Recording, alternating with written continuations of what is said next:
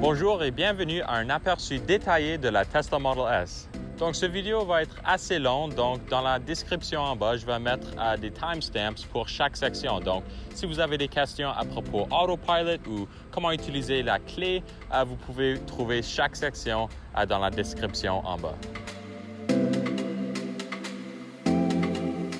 Donc, on va commencer avec la clé. Comme vous pouvez voir, il y a 3 sections distinctes sur la clé. Le bouton en avant est pour contrôler le frunk ou le front trunk en avant de la voiture. Donc, si vous appuyez 2 fois, ça va ouvrir le coffre en avant. Au milieu, c'est pour barrer et débarrer la voiture. Donc, si vous appuyez 1 fois, c'est pour barrer la voiture. Et si vous appuyez 2 fois au milieu, c'est pour débarrer la voiture. La dernière section est pour contrôler le coffre en arrière. Donc, si vous appuyez 2 fois, le coffre en arrière va s'ouvrir. Si vous appuyez 2 fois encore, le coffre va fermer.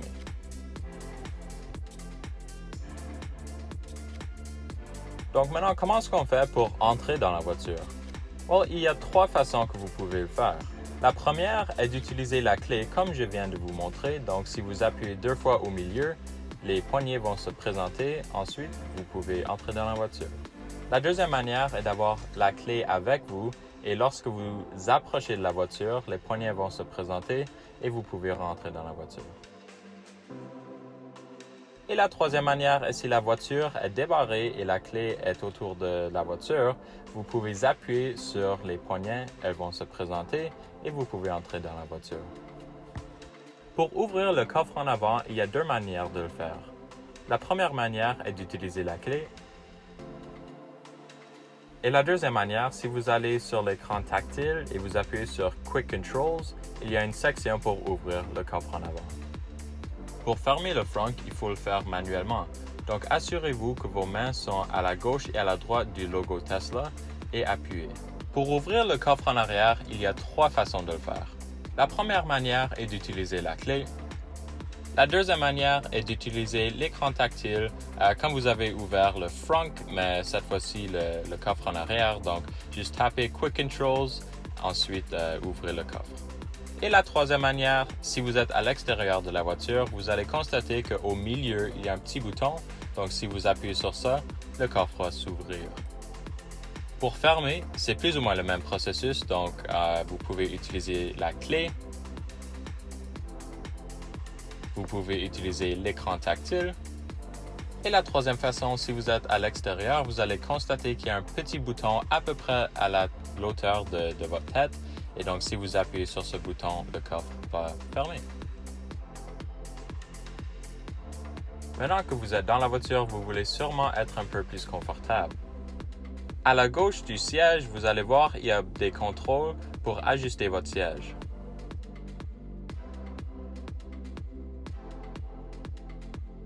Si vous voulez ajuster le volant, il faut juste utiliser le petit stalk à gauche du volant.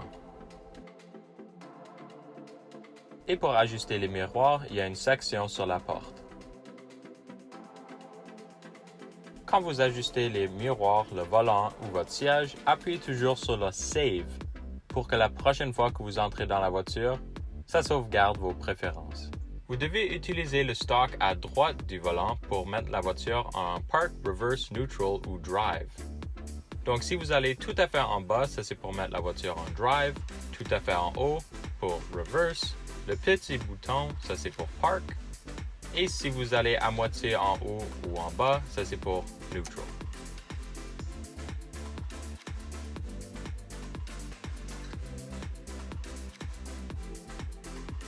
À gauche du volant, vous allez trouver le stalk pour signaler. Donc, tout à fait en haut pour signaler à droite, tout à fait en bas pour signaler à gauche. Si vous allez en haut ou en bas à moitié, ça va signaler temporairement, donc seulement 3 fois. Le bouton au bout similaire à celui-là du parking va être pour passer les essuie-glaces 1 fois. Si vous tenez le bouton, ça va activer le fluide pour nettoyer le pare-brise. Et si vous tournez le knob, ça va ajuster la vitesse pour les essuie-glaces. Donc maintenant pour Autopilot. Si vous tirez le stock 2 fois vers vous, ça c'est pour engager Autopilot. Donc encore une fois, 2 fois vers vous pour Autopilot. Si vous tirez une fois, c'est le Cruise Control adaptif.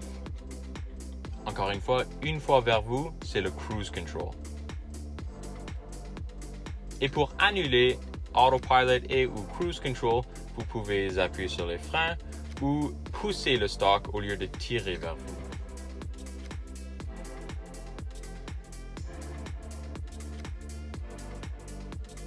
Mais quand est-ce que vous savez quand utiliser Autopilot? Comme vous pouvez voir ici, je suis garé et il n'y a vraiment rien autour, donc la voiture ne peut pas voir les lignes de la route. Mais une fois que vous êtes en train de conduire, la voiture va voir les lignes et il va avoir 2 lignes grises. Une fois qu'il y a un petit icône d'un volant à droite de votre vitesse, ça veut indiquer que Autopilot est disponible. Donc ça ne veut pas nécessairement dire que vous devriez utiliser Autopilot. Peut-être vous êtes sur la rue Sainte-Catherine, downtown Montréal ou quelque chose. Mais ce petit volant indique que Autopilot est techniquement disponible. Une fois que vous êtes en Autopilot, les lignes et le petit volant vont être en bleu. Vous avez sûrement constaté qu'il y a 2 petites sections à gauche et à droite du logo de Tesla sur le volant. La section à gauche est plus ou moins pour contrôler la musique. Donc le petit bouton au milieu, si vous scroll en haut, c'est pour augmenter le volume et si vous scroll en bas, c'est pour diminuer le volume. Les boutons en haut et en bas, c'est pour skipper la chanson. Et la dernière section, si vous tenez le bouton au milieu, ça va gérer ce que vous allez display sur l'écran en avant de vous. Donc vous pouvez avoir l'horloge, la musique qui est en train de jouer ou le podcast, l'énergie pour voir votre energy consumption, trips, car status, donc pour voir s'il y a des portes ouvertes par exemple, et aussi si vous avez la navigation que je vais montrer dans quelques minutes, ça va vous montrer où y aller ici à gauche, ce qui est assez intéressant. Et à droite, donc en haut, vous pouvez appuyer et faire des commandes assez basiques. Donc par exemple, play Coldplay ou si vous avez une adresse à la maison, take me home. Moi personnellement, j'utilise très rarement ce bouton. Et le bouton en bas à droite, c'est pour contrôler ce que le petit scroll wheel contrôle. Donc vous allez voir, vous avez beaucoup d'options. Donc vous pouvez contrôler la température, le fan speed,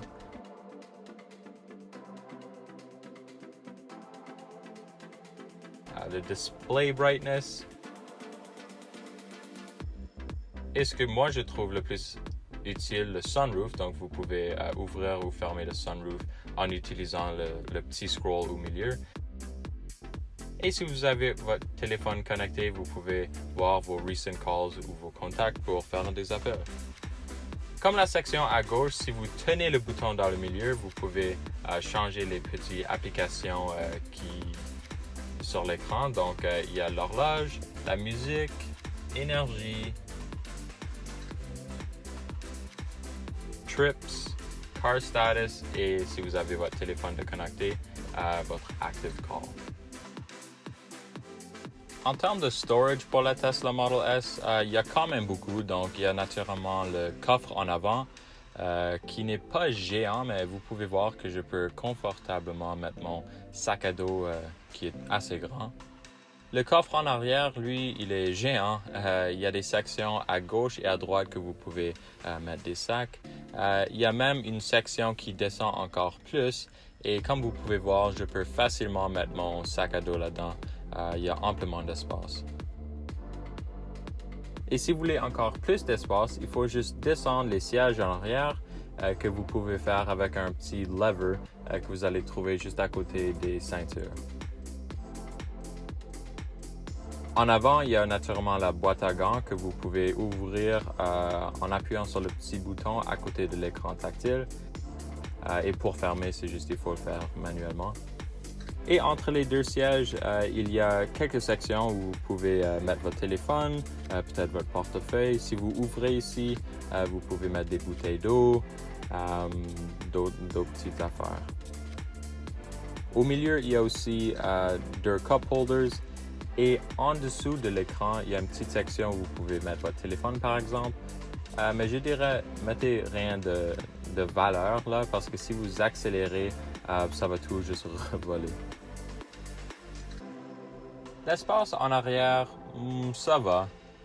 Donc la position du siège du conducteur est à ma position. Je suis à peu près 5 pieds 12. Donc vous pouvez voir, j'ai à peu près 1 pouce, 2 pouces d'espace entre les genoux et le siège d'avant. Et pour le headroom, ça va aussi. J'ai à peu près, je peux mettre mes doigts entre ma tête et le toit. Donc ça peut être mieux, mais bon, ça va. En arrière, vous avez aussi deux vents, 2 ports USB et aussi 2 cup holders. Donc si vous appuyez en bas, 2 cup holders vont se présenter. Donc maintenant pour l'écran, on va commencer ici en haut. Donc en haut à gauche, vous pouvez barrer ou débarrer la voiture. La petite éclair est pour voir l'état de charge où vous pouvez aussi ouvrir la petite porte pour charger la voiture. Ici c'est Profiles, donc vous pouvez sauvegarder un profil, changer de profil, créer un nouveau profil, c'est tout là. Le petit T ici pour Tesla, c'est juste pour avoir l'information de la voiture, le kilométrage, etc. Et en haut à droite, vous avez le temps. En bas à gauche, vous avez accès à tous les controls. Donc si vous appuyez sur ça, vous avez un menu ici à gauche avec toutes les options. Sous Quick Controls, vous pouvez ouvrir ou fermer le sunroof. Vous pouvez aussi ouvrir et fermer le coffre en avant et en arrière. Aussi la petite porte pour charger la voiture. Il y a aussi Lights pour ajuster les lumières ou les phares. Driving, donc si vous allez Standard Chill, Steering Mode, Sport c'est plus rigide, Comfort c'est plus lisse soi-disant.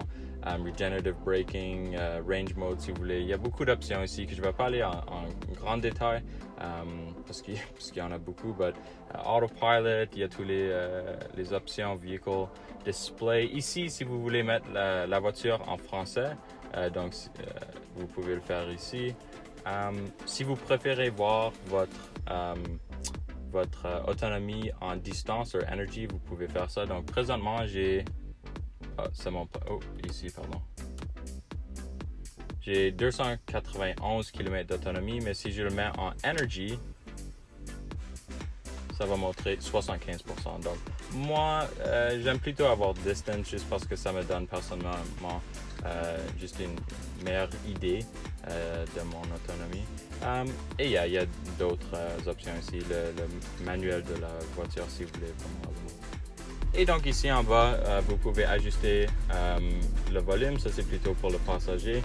Vous avez les windows defrost et tout ça. Banc chauffant à gauche et à droite. Vous pouvez ajuster la température avec les flèches ici. Si vous appuyez sur le petit fan là, vous allez ouvrir le menu. Vous pouvez avoir tous les bancs chauffants, le volant chauffant, l'air climatisé, augmenter la puissance, ou baisser. Vous avez tous les modes dog mode, camp mode, etc. À gauche ici, la petite flèche, donc si vous ouvrez ça, si vous avez votre téléphone déconnecté, vous pouvez faire des appels, accéder à votre calendrier. La caméra, donc vous pouvez conduire avec la caméra ici displayed à tout temps, donc ce qui est quand même génial. Vous pouvez voir votre énergie. Ici, c'est pour voir l'état de charge de la voiture et lorsque vous êtes en train de charger, ça va montrer tous les... Si vous êtes en train de charger à 100 kW ou whatever. Et vous avez l'Internet, Entertainment et Toybox, donc ça c'est comme les Easter eggs de Tesla, le fart mode et tout ça. Et donc ça conclut l'aperçu détaillé de la Tesla Model S. Si vous avez toujours des questions ou des commentaires, n'hésitez pas de nous contacter. Toute notre information est dans la description en bas.